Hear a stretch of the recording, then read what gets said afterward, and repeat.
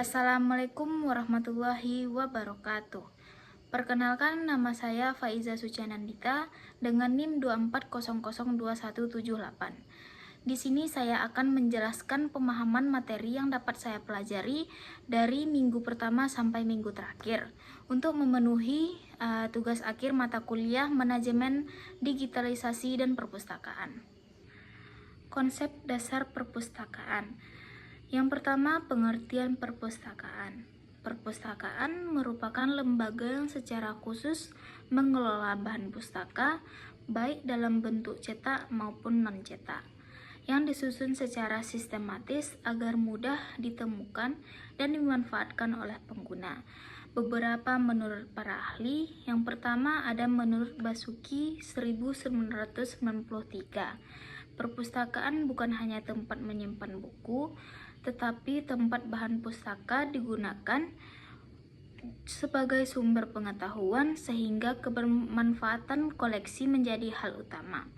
Sementara itu, menurut Bafadal 2014 menekankan bahwa perpustakaan dikelola secara terencana dan teratur agar mampu menyediakan informasi yang dibutuhkan pemustaka. Hal ini diperkuat oleh Undang-Undang Nomor 43 Tahun 2007 yang menyatakan bahwa perpustakaan memiliki fungsi pendidikan, penelitian, informasi, pelestarian, dan rekreasi. Artinya, perpustakaan memiliki peran strategis dalam mendukung pembangunan sumber daya manusia. Yang kedua, ada jenis-jenis perpustakaan. Berdasarkan buku, perpustakaan dibedakan menurut fungsi dan sasaran penggunaannya, seperti perpustakaan sekolah, perguruan tinggi, umum, khusus, dan nasional. Perbedaan jenis ini menunjukkan bahwa perpustakaan hadir untuk melayani kebutuhan informasi yang beragam. Misalnya, perpustakaan sekolah berfokus pada pembelajaran siswa, sedangkan perpustakaan tinggi lebih menekankan pada penelitian dan pengembangan ilmu pengetahuan. Dengan demikian, pengelolaan setiap jenis perpustakaan harus disesuaikan dengan karakteristik penggunaannya. Selanjutnya, ada permasalahan dan tantangan pengelolaan perpustakaan. Buku menjelaskan bahwa pengelolaan perpustakaan menghadapi berbagai tantangan seperti keterbatasan anggaran yang berdampak pada pengadaan koleksi. Selain itu, masih banyak perpustakaan yang memiliki koleksi kurang mutakhir dan keterbatasan tenaga pustakawan profesional. Di sisi lain, perkembangan teknologi informasi juga menuntut perpustakaan untuk beradaptasi ke sistem digital agar tetap relevan dengan kebutuhan pengguna masa kini. Selanjutnya, sejarah dan perkembangan perpustakaan. Yang pertama, ada pengertian perpustakaan dari masa ke masa. Pada awal perkembangannya, perpustakaan dipahami sebagai tempat penyimpanan naskah dan dokumen penting yang hanya dapat diakses oleh kalangan tertentu. Namun, seiring perkembangan zaman, perpustakaan berkembang menjadi pusat informasi terbuka yang memberikan akses pengetahuan bagi masyarakat yang luas, termasuk dalam bentuk digital. Yang kedua, ada perpustakaan di masa kuno. Pada masa kuno, perpustakaan seperti perpustakaan Alexandria berfungsi sebagai pusat penyimpanan dan pengembangan ilmu pengetahuan. Koleksi yang dimiliki berupa manuskrip dan papirus yang digunakan oleh para ilmuwan dan cendekiawan sebagai sumber belajar dan penelitian. Selanjutnya, perpustakaan di abad pertengahan. Pada abad pertengahan, perpustakaan berkembang pesat di dunia Islam, seperti Bai al-Hikmah yang berperan besar dalam penerjemaah dan pengembangan ilmu pengetahuan. Di Eropa, perpustakaan berkembang di biara dan katedral yang berfungsi sebagai pusat keagamaan dan pendidikan. Yang keempat, ada perpustakaan pada masa Renaissance dan pencerahan. Perkembangan mesin cetak pada masa ini menyebabkan jumlah buku meningkat pesat. Perpustakaan universitas dan perpustakaan pribadi mulai berkembang, serta mulai diterapkan sistem katalog dan klasifikasi untuk memudahkan penelusuran koleksi. Selanjutnya ada perpustakaan di era modern awal. Pada era modern awal, perpustakaan umum dan nasional mulai berkembang dengan dukungan negara. Akses terhadap informasi semakin terbuka dan perpustakaan mulai berperan dalam meningkatkan literasi masyarakat.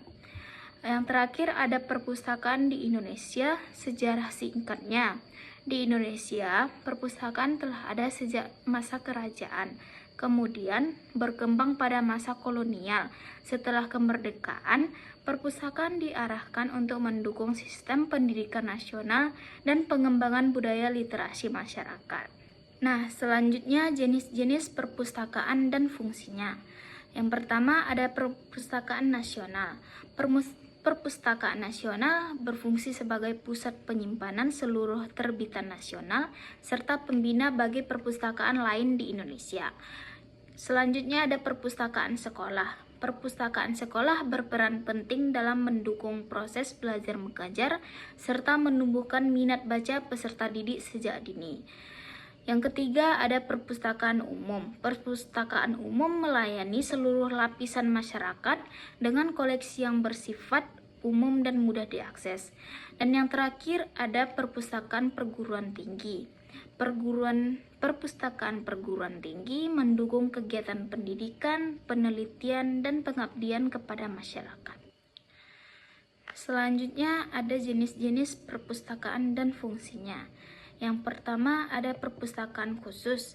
Perpustakaan khusus melayani kebutuhan informasi instansi tertentu dengan koleksi yang bersifat spesifik. Yang kedua ada perpustakaan digital. Perpustakaan digital menyediakan koleksi dalam bentuk elektronik yang dapat diakses secara daring. Yang ketiga, perpustakaan hibrida.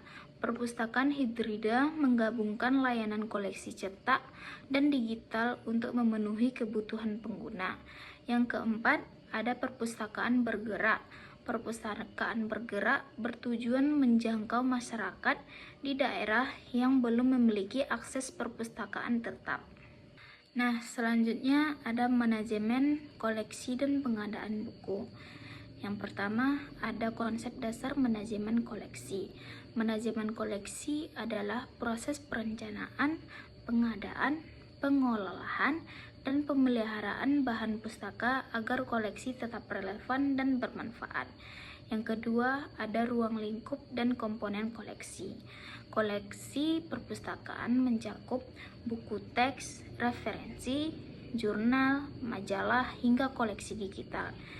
Yang ketiga, ada strategi pengadaan buku. Pengadaan buku harus didasarkan pada analisis kebutuhan pengguna agar koleksi benar-benar sesuai dengan tujuan perpustakaan. Yang keempat, ada tantangan manajemen koleksi. Tantangan utama dalam meliputi keterbatasan anggaran, koleksi yang usang, serta tuntunan peralihan ke format digital. Selanjutnya ada katalogisasi dan klasifikasi. Yang pertama, katalogisasi bahan pustaka. Katalogisasi merupakan proses pencatatan data bibliografis agar koleksi mudah ditelusuri. Yang kedua, ada klasifikasi bahan pustaka. Klasifikasi adalah pengelompokan bahan pustaka berdasarkan subjek tertentu menggunakan sistem klasifikasi. Nah, selanjutnya ada layanan perpustakaan. Yang pertama, pengertian pelayanan perpustakaan. Pelayanan perpustakaan merupakan kegiatan pemberian jasa informasi kepada pemustaka. Yang kedua, ada jenis pelayanan perpustakaan. Pelayanan terdiri dari layanan teknis dan layanan pengguna. Yang ketiga, ada sistem pelayanan perpustakaan. Sistem pelayanan dapat dilakukan secara terbuka maupun tertutup. Dan yang terakhir, ada mutu layanan perpustakaan.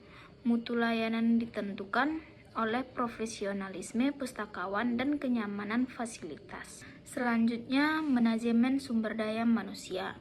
Manajemen sumber daya manusia bertujuan mengelola tenaga perpustakaan secara efektif melalui perencanaan, pelaksanaan, dan evaluasi kerja. Permasalahan utama adalah kurangnya tenaga profesional dan pelatihan yang berkelanjutan. Dan yang terakhir ada promosi dan minat baca.